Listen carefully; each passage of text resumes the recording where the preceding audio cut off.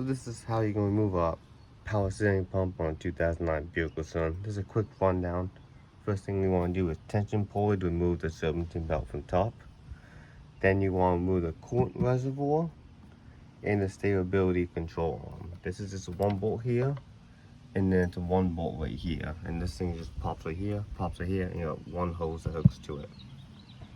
After that, you want to remove the power steering reservoir. 1 bolt here, 1 bolt here. That's gonna get out of the way, so you remove the hose to get the pump off. After that, you're gonna need to rent a pulley puller to pull the pulley off the pump, since there's no screw to unscrew it. So my local hardware store allowed me to rent one, and I was able to pull the pulley off and then return it for free. After that, you want to get the 3 bolts, 1 here, 1 right here, you can see, and then 1 on the bottom right there.